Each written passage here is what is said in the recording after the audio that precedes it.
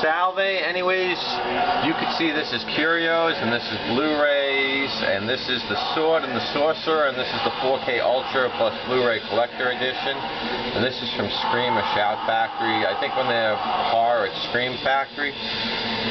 And you can see, this is something I really wanted for a long time, and which is funny, this came out in 1982, and when it came out in 1982, it was like the highest grossing like independent movie. It made over 39 million. So this is like the real fantasy stuff. You can see I have a pretty decent collection.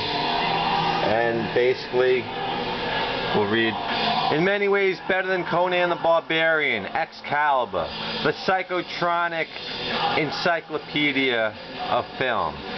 Meet Talon, a daring mercenary who conquers castles and dungeons alike with his lethal three-bladed sword. But when Talon learns that he is the prince of a kingdom controlled by an evil sorcerer, he is thrust into the wildest fight of his life.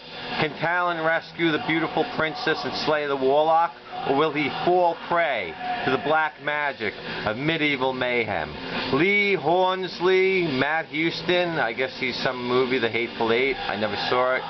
Kathleen Bella, Dynasty, that was a big show back in the day. Simon McCorkindale, he was in Jaws 3D, that's a big hit right there. And Richard Moll, I think they say House, but I thought Richard Moll was the guy from Night Court. I thought he was the guy that played Bull. He was in like Monsters, Tales from the Dark Side on a few things where he dressed like a monster, did pretty good. Star in the action-packed adventure saga, filled with brutal battles, plucky maidens, savage monsters, and more. The disc 1, you got the 4K scan, the original negative, and then this new commentary. And then the Blu-ray, which is what I got it for. You get the new 4K scan from the original negative, new audio commentary with Albert Pyun, new interviews with actress Kathleen Bella, co-writer, co-producer John Stuckmeyer, editor Marshall Harvey, special makeup effects artist Alan Appo, and more. Trailers from Hell, Marshall Harvey on the Sword and the Sorcerer. He had a TV spot, and that gives the stats. It's in 1835 format. And this is basically a collector's edition, so it's probably limited. All the other stuff I got from this company, it was limited to like 1,000 or 3,000 Blu-rays, and you can see I actually have them over here. The Deathstalker 2. That's one of them, and then the other one was not heavy metal, not Rollerball. That's another rare one though. But Death Race 2000. And yeah, I have that if you ever check out. But you know, I'm really happy to get this. This is one of the deep Blu-rays that I really wanted. And I don't have a UHD player. I don't have a 4K TV. Maybe one day I'll get one. But I basically got this because it comes with the Blu-ray. And the only other one I have like this is Van Helsing. And now my Blu-rays are pretty much filled up on this for the movies, so I'm going to have to move some of the stuff around. But yeah, this is probably the best fantasy sword and sorcerer movie. I mean, is it better than Conan? Maybe I'll do a review on it. Is it better than Excalibur? I mean, it's a different kind of movie. To me, this is like the realest one. I remember at one part the guy's like crucified on the cross, and he pulls his hands off. For a little while, they had the triple blade swords in toy stores. I remember on the Mud, we had the Mud. And there was Volhiro, or Bastine, and even that had a triple-bladed longsword. I mean, when I was a kid, I saw the triple-bladed longsword. I thought it was the coolest thing, and it could like shoot some of the blades. This is like, I think this is like the realest fantasy, you know. And it's cool because like he had to fight, he had to beat like the evil ruler who basically he gets this devil, a demon from hell, and he uses him, a sorcerer, and he basically has all his magic drained, so he's really weak, and then basically he's like, all right, well I don't need you anymore, and he goes to slay him. And that was basically what he did. And you could read a lusty epic of revenge and magic, Dungeons and Dragons, wizards and witches, damsels in desire, and a warrior caught between. So yeah, my main theme for my Blu-rays is basically fantasy. So I tried to get all the fantasy movies I could. I even have Yor, the Hunter from Hunter from the Future. That's like another one of those 80s movies. And yes, you can see I got Excalibur right there. That's one of my favorite movies, even though I think every time I watch it, it's bad luck. Then you see Sorcerer, so that was another good movie. The Deathstalker movies were pretty good. Yeah, so, you know, Cull You see I got Cull and I got Krull.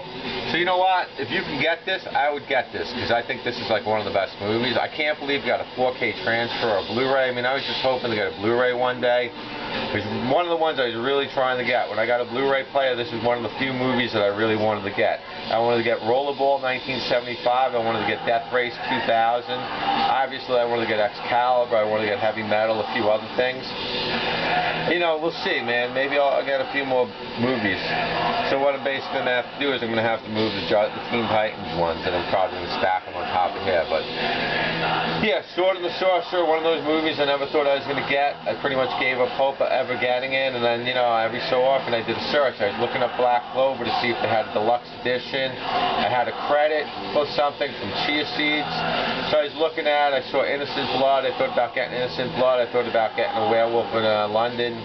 That's done by the same guy who also did, I think, Animal House. So like I said, man, Sword and the Sorcerer in 1982 might be one of the best fantasy movies. It's more of an adult type of movie. I've seen it when I was younger. I think I have it on DVD, and I haven't watched it in a while. So maybe I'll watch it today. Maybe I'll watch it soon. Maybe I'll even do a review on it, because this is one of those movies I really like. So at some point it would be nice to do a Curio review. But yeah, the Sword and the Sorcerer. When I was growing up, I saw this thing on HBO. I thought it was like the coolest movie. I really like fantasy. I more like Sword and Sorcerer fantasy over the more like modern, like, you know, like space fantasy. But you know, I got Buck Rogers. I got stuff like that. And you know, the Death Race 2000, the Deathstalker 1 and 2, that's going up to like 150. They got a few bootlegs of that now. But yeah, I mean, I would get this while you can, because like I said, everything from this company tends to be limited edition. And if you don't get it when you can, you're probably not going to get it. And yeah, I mean, I have a few limited things, like I said, and once you get them, you get them. Because, you know, you don't want to not have them. Fire and Ice, that's another good one. Solomon Kane, if you like fantasy. Yeah, so this and Van Helsing are the only ones I have right now where I have the 4K. So, I don't know, 4K Ultra HD, I can't imagine how good this is going to be on even a Blu-ray, so I don't know how the 4K transfer is going to be. But like I said, the Sword and the Sorcerer, I can't believe I got it. Amazon, to their credit, it said it was going to arrive Thursday. I got it Monday, so I got it within a day or two. So I got it almost as if I had like the good Amazon thing, you know, where it's like it's 2 days shipping. I mean, the cover doesn't really do this justice. Most of these people you probably don't know in the movie, but trust me, when it gets to the movie, it's pretty good. But, you know, maybe I got some nostalgia in me, but I'm going to watch this hopefully today or tomorrow, and maybe I'll even do a review on it. But the Sword and the Sorcerer, definitely, if you can get this, I would get this, because once if this thing sells out and it's a limited edition, you're going to have a hard time getting it. But like I said, this is one of my favorite movies. I'm so happy to finally have it on Blu-ray. The fact that I have it on 4K Ultra HD. Maybe one day I'll get a TV, you know, a TV that's 4K and a Blu-ray 4K player. But I think probably some of the game systems are 4K, so that might not be so bad. But like I said, I got it for the Blu-ray. If I have to get 4Ks to get Blu-rays, at least if I ever get a 4K player, I already have a couple of movies, right? But I'm so happy to get this. I wish I could express it. I don't want to get too excited until after I watch it. It's 185 format, so I think it's going to have like black lines on the top and the bottom a little bit, like a very small line. I think it was Heels is the same format. I have a few movies in this format. But thanks, and take care.